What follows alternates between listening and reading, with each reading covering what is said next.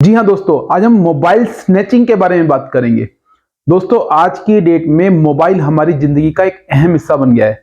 इस mobile phone के अंदर हम अपना सारा डाटा स्टोर करके रखते हैं। हमारी बहुत सारी पर्सनल इंफॉर्मेशन इसके अंदर होती है। इसके अलावा बैंक की स्टेटमेंट, बैंक के पासवर्ड और बहुत सारी ऐसी चीज होती है जो मोबाइल के अंदर हम कैरी करके चलते हैं। और आजकल ऐसी बहुत सारी घटनाएं हो रही हैं जहां पर यह देखा गया है कि आप मोबाइल फोन पे बात करते हुए जा रहे हैं और पीछे से कुछ लोग बाइक पे आते हैं और आपका मोबाइल आपके हाथ से छीन करके ले जाते हैं। तो इस तरह की सिचुएशन में आपको क्या करना है? अगर आपका मोबाइल फोन चोरी होता है तो क्या करना है? अगर आपका मोबाइल फोन लॉस्ट हो जाता है तो क्या करना है? और अगर आपका मोबाइल फोन कोई छीन करके ले जाता है तो ऐसी कंडीशंस के अंदर आपके पास क्या कानूनन अधिकार है? ये जानकारी शुरू करने से पहले अगर अभी तक आपने चैनल को सब्सक्राइब नहीं किया है तो जल्दी से जल्दी चैनल को सब्सक्राइब कीजिए, बेल आइकन को प्रेस करना मत भूलिएगा। देखिए दोस्तों, अगर आपका मोबाइल फोन आपकी जेब से लॉस्ट हो गया है या आपको नहीं मिल रहा है तो ऐसी कंडीशन के अंदर सबसे पहले आप ऑनलाइन दिल्ली पुलिस या जिस भी स्टेट में आप रहते हैं उनकी ऑनलाइन वेबसाइट पे जाकर के आप मोबाइल के लॉस्ट होने की कंप्लेंट उसके अंदर डाल सकते हैं और आपको हैंड टू हैंड उसके अंदर एक नॉन कॉग्निजेबल रिपोर्ट मिलेगी। उसको आप कैरी कर सकते हैं और उस नॉन कॉग्निजेबल रिपोर्ट के आधार पर आप जिस भी कंपनी का सिम कार्ड यूज कर रहे हैं उस सिम को चेंज करा करके नया सिम ले सकते हैं। अब हम दूसरी बात करते हैं कि अगर आपका मोबाइल फोन कोई चोरी कर लेता है। देखिए दोस्तों, ये एक ऐसी कंडीशन है जहां पर आपको पता लगा कि आपने मोबाइल फोन कहीं रखा था और वहां से मोबाइल फोन गुम हो गया। अब ये लॉस नहीं है क्योंकि आपको पता है कि मैं इस पर्टिकुलर प्लेस के ऊपर ये मोबाइल फोन मेरा रखा था और यहां से ये मोबाइल फोन कोई इंटेंशनली उठा करके ले गया है। तो इस कंडीशन के अंदर आईपीसी का सेक्शन 379 लगता है। देखिए दोस्तों, ये चोरी का सेक्शन है। जब कोई पर्सन आपकी किसी प्रॉपर्टी को विलफुली आपके पास से लेकर के चला जाता है तो यहां पर चोरी का सेक्शन अट्रैक्ट होता है। अब ऐसी कंडीशन के अंदर जब आप पुलिस स्टेशन जाएंगे तो पुलिस स्टेशन वाले आपको सजेस्ट करेंगे कि किस चक्कर में पड़ रहे हो, आपको कोर्ट के धक्के खाने पड़ेंगे, आपको कुछ नहीं मिलेगा। देखिए दोस्तों, अगर आपका मोबाइल फोन चोरी हुआ है तो मैं आपको सजेस्ट करूंगा पुलिस स्टेशन जाइए, एक रिटर्न कंप्लेंट लिखिए, किस कंडीशंस के अंदर आपका मोबाइल फोन चोरी हुआ है ये बताइए और पुलिस को उस मैटर को इन्वेस्टिगेट करने के लिए बोलिए। हो सकता है कि आपका मोबाइल फोन रिकवर हो जाए, क्योंकि अगर मोबाइल फोन आपका चोरी हुआ है तो वहां पर आसपास लोगों में से ही किसी पर्सन ने वो मोबाइल फोन चोरी किया होगा।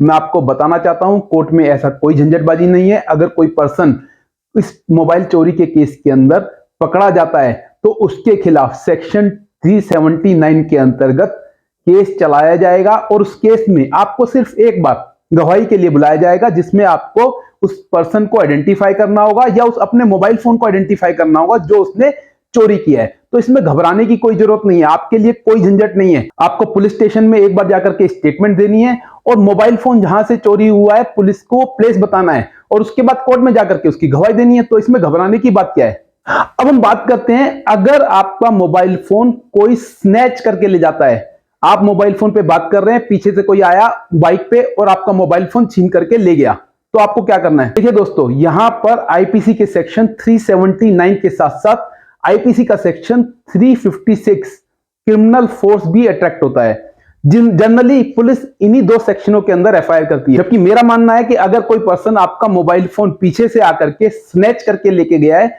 तो ये एक तरह की रॉबरी है और इसके अंदर सेक्शन 392 लगना चाहिए, क्योंकि 392 एक नॉन बेलेबल ऑफेंस है और इसके अंदर जो सजा दी गई है वो 10 साल की है।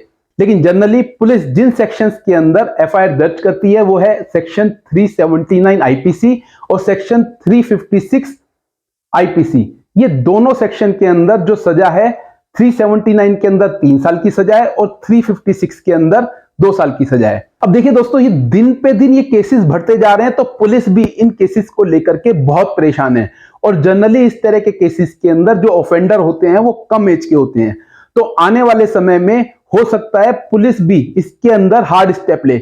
ऑलरेडी दिल्ली पुलिस के कमिश्नर ने तो ये मांग की है कि इस तरह के सेक्शन के अंदर हरियाणा की तरह नए अमेंडमेंट आने चाहिए और इस तरह के ऑफेंसेस को नॉन बेलेबल कर देना चाहिए। हरियाणा स्टेट ऑलरेडी इस तरह के ऑफेंसेस के अगेंस्ट स्टेप ले चुका है और हरियाणा के अंदर आईपीसी के सेक्शन 379 के अंदर आईपीसी 379A और आईपीसी 379B इंक्लूड कर दिया गया है, जो पूरे तरीके से नॉन बेलेबल ऑफेंस है।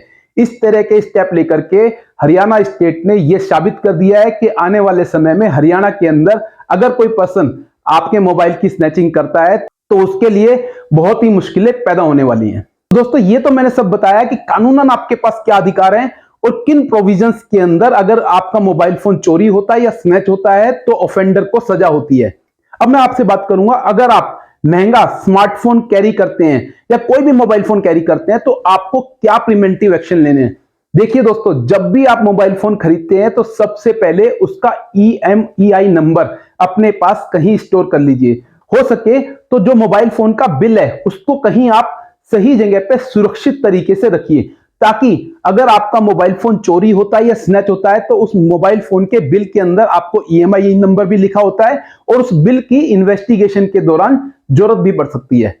इसके अलावा आज की डेट में जो नए फोन आ रहे हैं जैसे एप्पल फोन है, जिनके अंदर यह सुविधा दी गई है कि वहां पर आप eSIM अपना चालू करा सकते हैं। तो मैं आपको एडवाइस करूंगा, अगर आप एप्पल फोन यूज करते हैं तो इमीडिएटली अपने मोबाइल के अंदर eSIM को एक्टिवेट कर लीजिए, क्योंकि ये एक ऐसी फैसिलिटी है कि अगर आपका मोबाइल फोन चोरी भी हो जाता है तो चोर उस eSIM को निकाल नहीं पाएगा, क्योंकि चोर जनरली क्या करते हैं, आपका मोबाइल फोन चोरी करने के बाद या स्नैच करने के बाद सबसे पहले आपका सिम निकाल करके तोड़ करके फेंक देते हैं।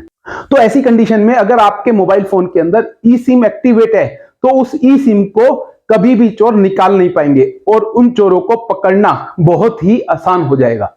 इसके अलावा अगर आप स्मार्टफोन कैरी करते हैं तो अपने सारे डाटा को, अपनी फोटोग्राफ्स को, अपनी सारी इंपॉर्टेंट इंफॉर्मेशन को पासवर्ड प्रोटेक्ट करके रखिए। मोबाइल फोन चोरी होना हो सकता है आपके लिए छोटी सी बात हो, लेकिन जो मोबाइल फोन के अंदर आपकी इंफॉर्मेशन है वो करोड़ों की हो सकती है। तो आप अपने मोबाइल के अंदर जितनी भी इंफॉर्मेशन स्टोर करके रखते हैं, चाहे वो आपकी पर्सनल फोटोग्राफ्स हैं, चाहे वो आपकी कोई पर्सनल पासवर्ड है, ईमेल आईडीज हैं, तो उनको आप कोशिश कीजिए किसी भी तरीके से पासवर्ड प्रोटेक्ट करके मोबाइल में स्टोर करके रखें। दोस्तों ये सारी चीजें मैंने आपको बताई। अगर आप मोबाइल फोन कैरी करते हैं, स्मार्टफोन कैरी करते हैं, महंगे फोन रखते हैं और उसके अंदर अपने पर्सनल इंफॉर्मेशन स्टोर करके रखते हैं और ऐसी कंडीशंस के अंदर अगर आपका मोबाइल फोन चोरी हो जाता है या स्नैच हो जाता है तो आपको क्या करना है। आने वाले समय में मैं आपको और भी लीगल इंफॉर्मेशन से अवगत कराता रहूंगा। मैं एडवोकेट योगेश अग्रवाल आपके सुनहरे भविष्य की कामना करता हूं।